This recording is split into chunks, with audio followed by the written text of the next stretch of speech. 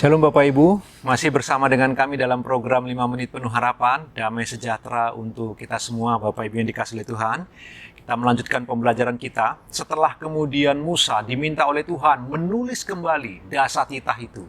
Ada yang menarik Bapak Ibu, kita tahu bersama-sama hukum pertama sampai keempat itu hubungan vertikal kita antara umat Israel dengan Allah atau kita dengan Allah. Hukum yang kelima sampai ke 10 itu hubungan horizontal antara kita dengan sesama. Dan Kristus kemudian menyimpulkan hukum itu dengan berkata, kasihilah Tuhan Allahmu dengan segenap hati, segenap jiwa, segenap kekuatan, segenap akal budi.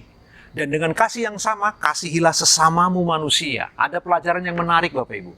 Bapak Ibu dan saya tidak akan pernah tahu bahwa saya mencintai Tuhan. Bapak Ibu tidak bisa melihat isi hati saya. Bagaimana cara Bapak Ibu tahu bahwa saya mencintai Tuhan? Dengan cara saya mencintai sesama. Jadi Bapak Ibu, kita mencintai Tuhan dapat dilihat dengan bagaimana cara kita mencintai sesama, mengasihi sesama. Tapi poin yang kita perlu renungkan bersama-sama Bapak Ibu, ada yang menarik. Di dalam dasar titah itu, salah satu perintahnya jangan membunuh. Dan tahukah Bapak Ibu, yang menulis jangan membunuh adalah seorang pembunuh, Musa. Musa membunuh orang Mesir itu ketika orang Mesir bertengkar dengan saudara sebangsanya. Musa tidak terima. Rasa nasionalismenya bangkit. Dia bunuh orang Mesir. Nah sekarang Musa sang pembunuh kemudian menulis hukum Allah, jangan membunuh. Bapak Ibu bisa bayangkan suasana emosi Musa waktu itu. Suasana kebatinan Musa pastilah begitu tidak enak, begitu rasa bersalah, begitu tidak nyaman. Bapak Ibu yang dikasihi Tuhan, tindakan membunuh bukanlah tindakan yang mudah. Saya ulang Bapak Ibu, sebrutal apapun seseorang, sesadis apapun seseorang, tindakan membunuh itu tindakan yang tidak mudah. Tahukah Bapak Ibu, seorang pendeta cerita, dia punya jemaat. Lalu jemaat ini bekerja di penjagalan, bekerja untuk membunuh atau memotong hewan kambing, domba, kerbau, sapi, begitu Bapak Ibu. Nah dia cerita Bapak Ibu, yang dia potong itu lembu. Bapak Ibu bayangkan dia cerita waktu pertama sekali dia potong Bapak Ibu, 2 minggu dia nggak bisa tidur. Terbayang-bayang, padahal yang dia potong adalah binatang yang boleh dipotong. Tetapi rasa bersalah, pikiran-pikiran itu menghantui. Jadi bayangkan Bapak Ibu, apalagi ketika membunuh manusia. Nah hari itu, ketika kemudian Tuhan memerintahkan Musa sekarang tulis sendiri 10 hukum itu. Dan salah satu dari hukum berbunyi, jangan membunuh.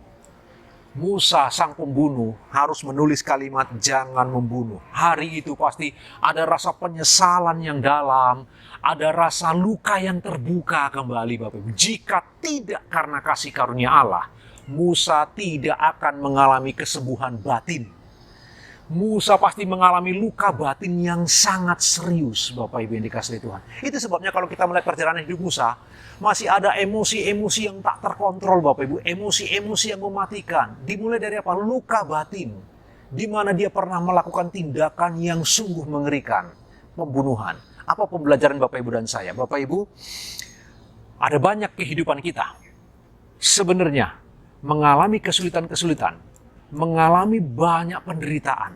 Dimulai dari cara hidup kita Bapak Ibu. Bagaimana kita bersikap. Mungkin kita tidak menjadi seorang pembunuh. Tetapi ketika kita kemudian melakukan tindakan-tindakan dosa yang lain, itu justru melukai diri kita sendiri. Yang pada akhirnya ketika kita membaca firman Allah, kita diingatkan tentang kesalahan itu.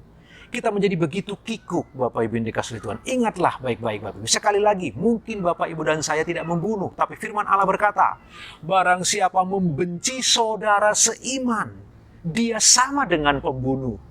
Adakah di antara Bapak Ibu yang engkau hidup sekarang sedang membenci saudara seimanmu? Karena jika engkau membenci saudara seimanmu, firman Allah berkata itu sama dengan pembunuh. Kita tidak membunuh secara fisik, tapi dengan membenci, kita dikategorikan sebagai seorang pembunuh. Dan bayangkan waktu kita datang kepada Tuhan, lalu Tuhan berkata, kasihi sesamamu. Bukankah kemudian hati kita begitu terganggu? Mari kita renungkan bagian ini bersama-sama Bapak Ibu. Mari kita belajar hidup tertib. Mungkin orang bisa melukai kita, tapi apakah kita terluka atau tidak bergantung dari kita. Keputusan kita mau terluka atau tidak. Jangan pernah membenci, karena membenci disamakan dengan seperti seorang pembunuh. Renungkan kebenaran firman Tuhan sepanjang hari ini Bapak Ibu, sambil Bapak Ibu beraktivitas. Tuhan Yesus memberkati.